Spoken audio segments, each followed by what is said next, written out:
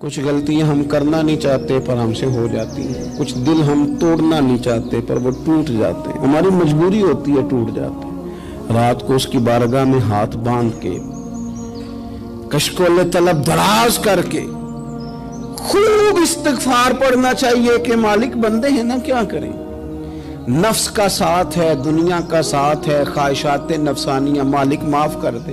درد سے توبہ، رسم نہ ہو، کہانی نہ ہو، لفظ نہ ہو، جملے نہ ہو، اور جناب ایسے لوگوں کے بیچ بڑے ہاتھ باندھ کے اور بڑا کوئی ضرورت نہیں، آپ اکیلے اپنی چارپائی پہ بستر کے اندر منہ دے کے بھی درد سے کہیں گے نا معاف کر دے تو وہ تو مہربانی بڑا ہے۔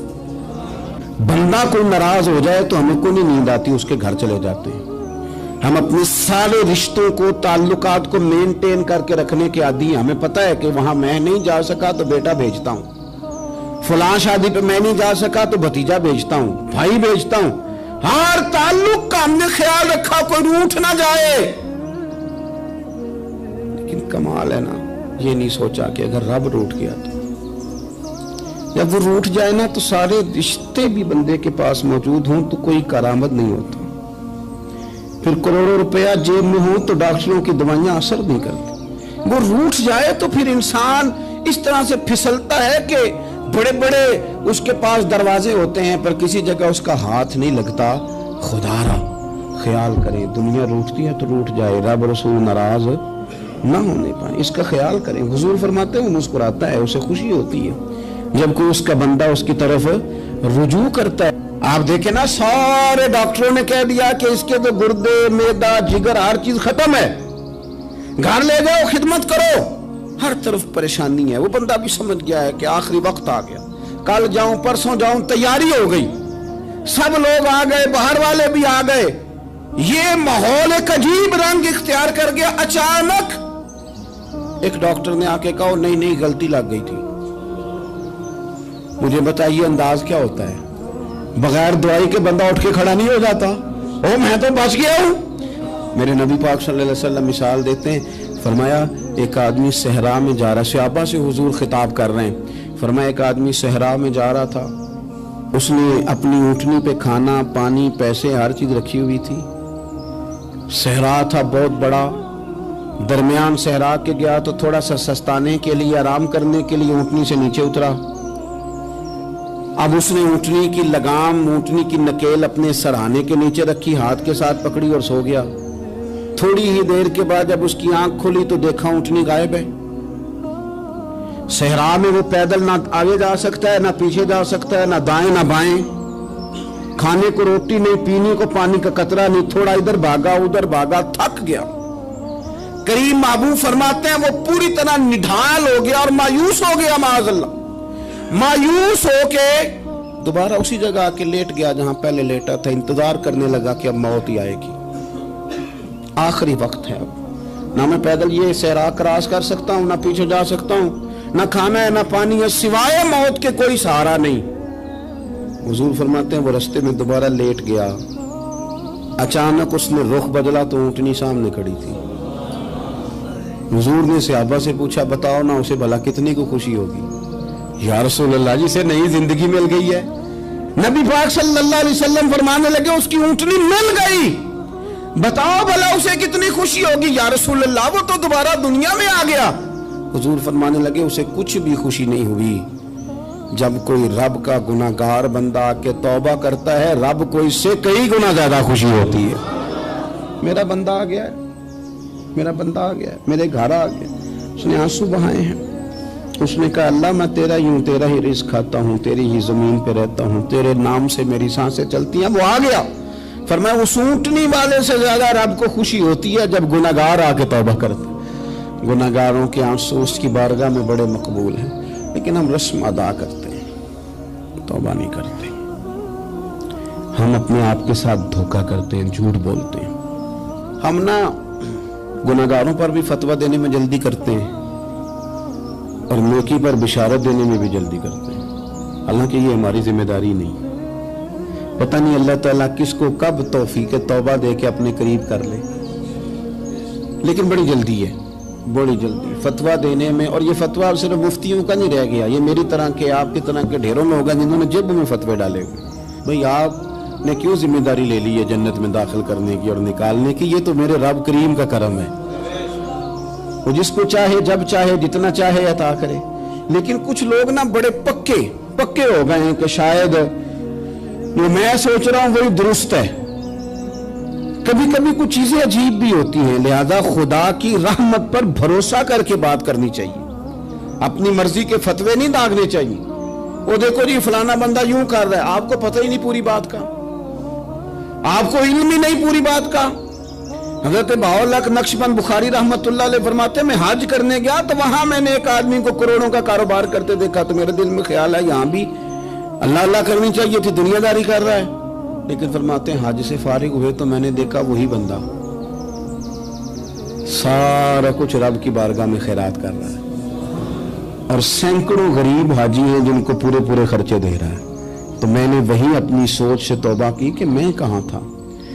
बड़ी जल्दी खड़े ना हो जाएं। हजरत हसन बसरी रहमतुल्लाह ताला अलैह इरशाद फरमाते हैं कि मैं दरिया के किनारे गया तो वहां मैंने एक शख्स को देखा, वो अपनी एक खातून की गोद में सर रख के बैठा और करीब एक बोतल भी पड़ी है।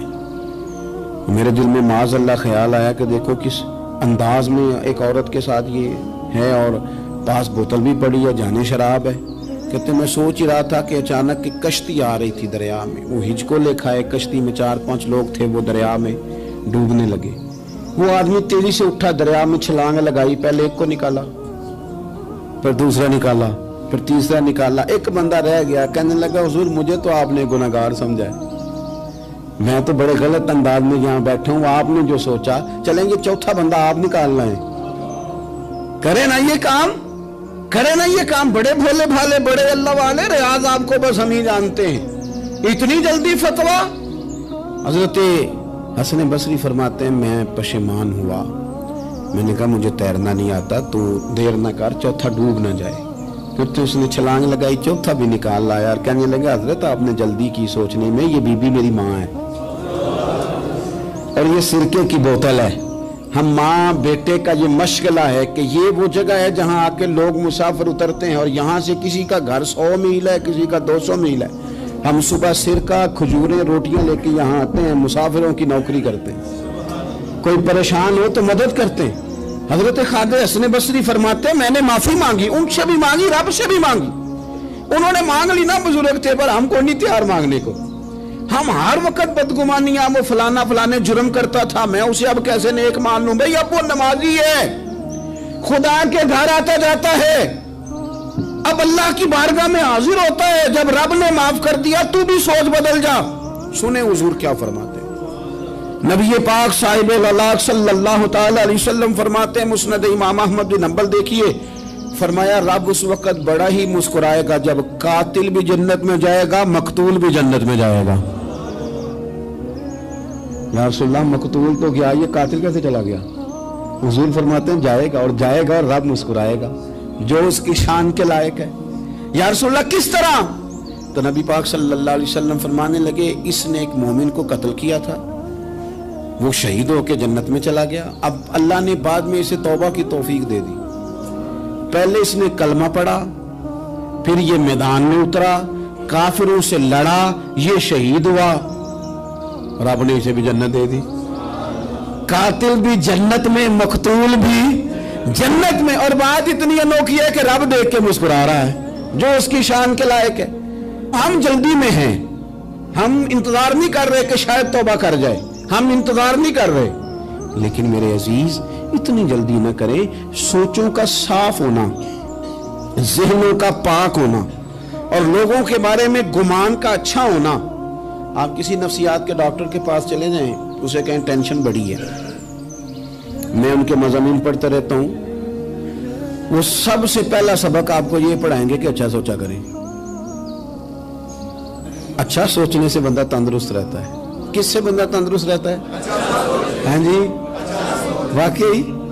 यानी इस वाले पड़ोसी के बारे में भी अच्छा सोचना है घर में, इस वाले के बारे में भी, छोटे भाई के बारे में भी अच्छा सोचना है, और बड़े के बारे में भी अच्छा ही सोचना है। یعنی اپنی برادری قبیلے کے بارے میں بھی اچھا سوچیں, جو قبیلے کا نہیں اس کے بارے میں بھی چلیں تھوڑا سا اچھا سوچ لیں. اپنے بارے میں تو اچھا سوچا ہے بڑا.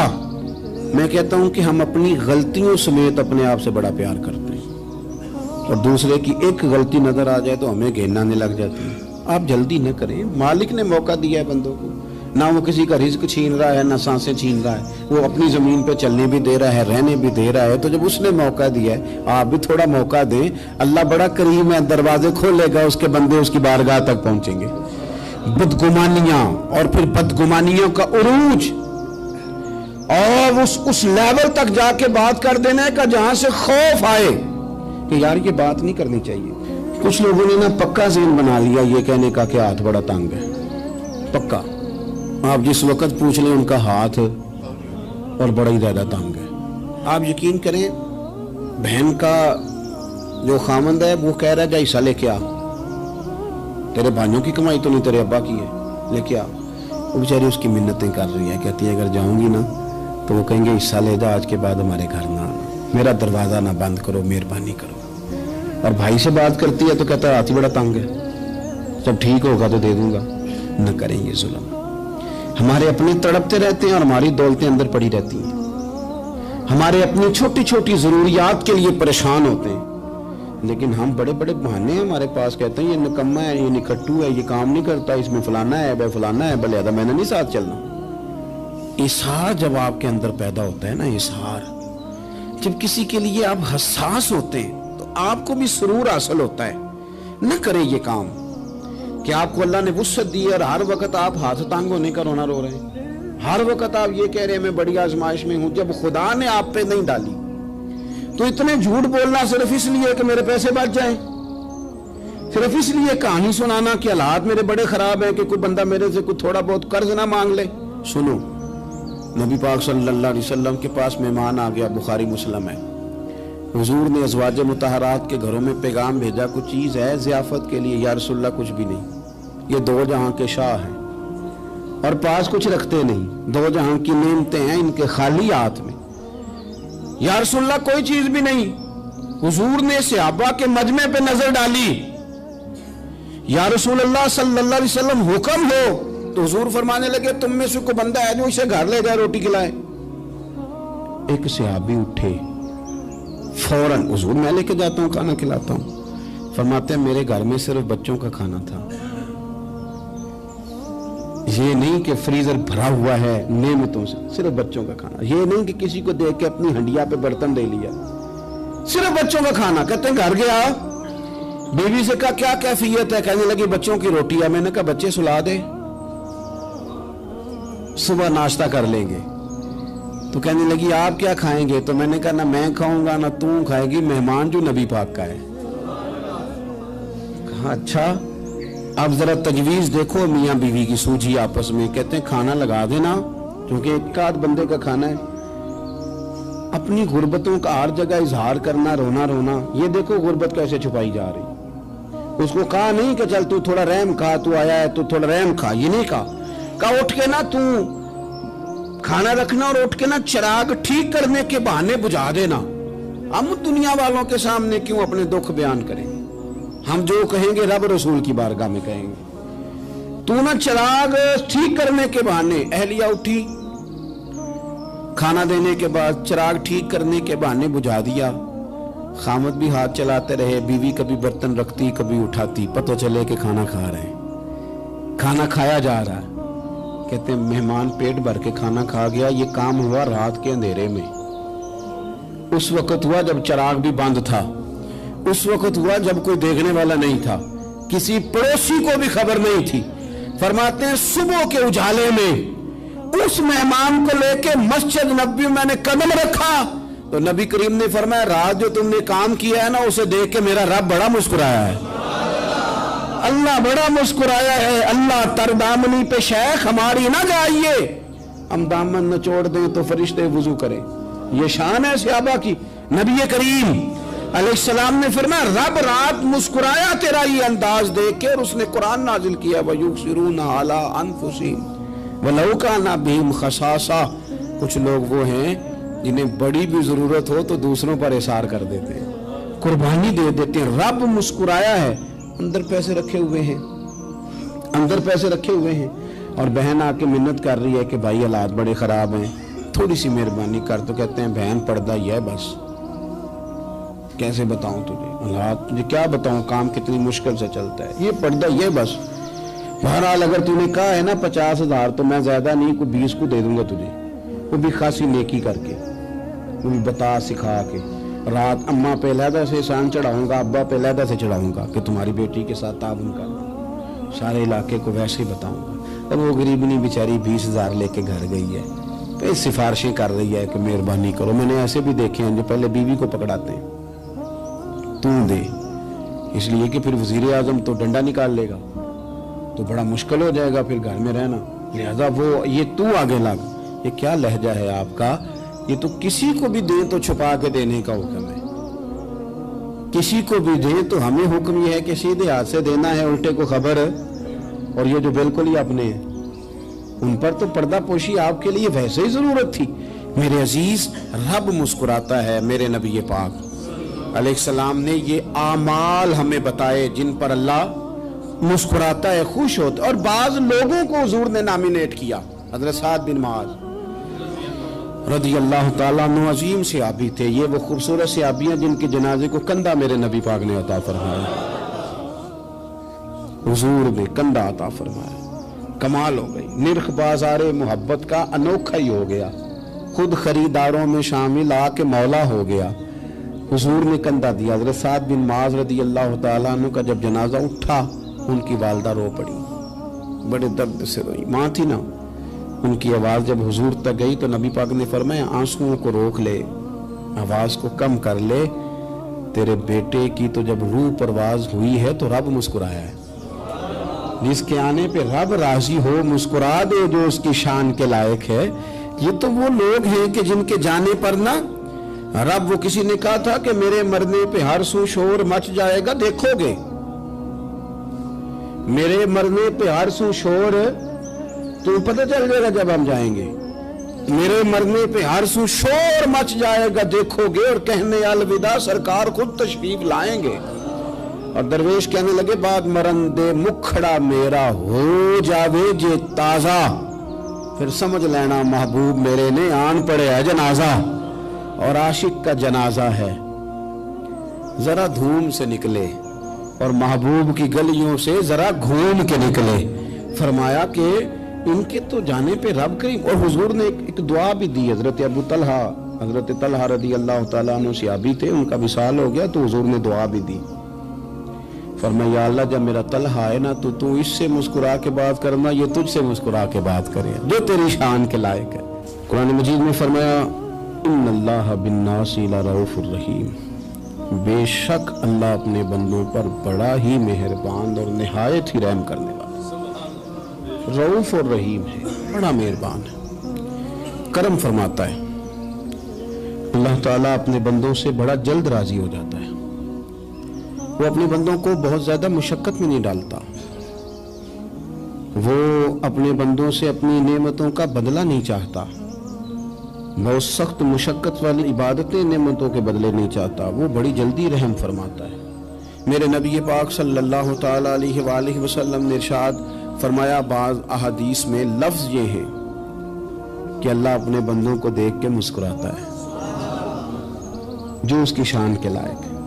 जिस तरतीब से हम मुस्कुराते हैं, जिस तरतीब से हम रोते हैं, जिस तरतीब से हम किसी बात का इज़हार तशक्कुर करते हैं, खुदा इन बातों से पाक है। अब बहुत सारी हदीसों में आया कि वो मुस्कुराता है, तो क्या मतलब है मुस्कुराने का?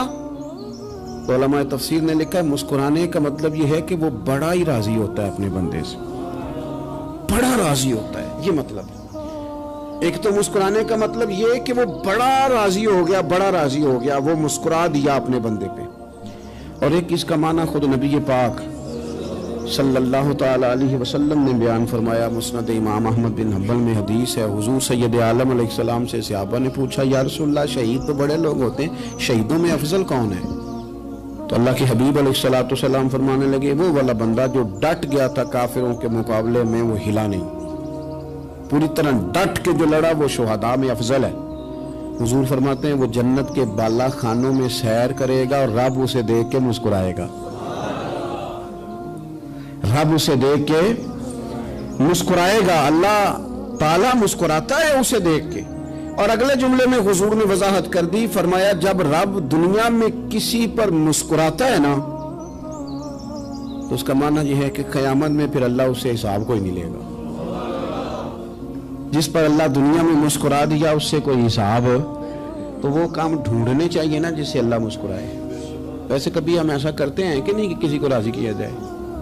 ये काम हम करते हैं कि हमारी कंपनी का जो सरबराह है वो हमसे राजी रहे, जिस इदारे में हम पढ़ाते हैं उस इदारे का बड़ा हमसे राजी रहे। ये करते हैं हम, उसके लिए कुछ ना कुछ हीले बहाने हम करते हैं। बरादरी, कबीला, इलाका, बस्ती, लोग किसी तरीके से हमारे साथ मुतमिन रहे, करते हैं ना ये सारे काम।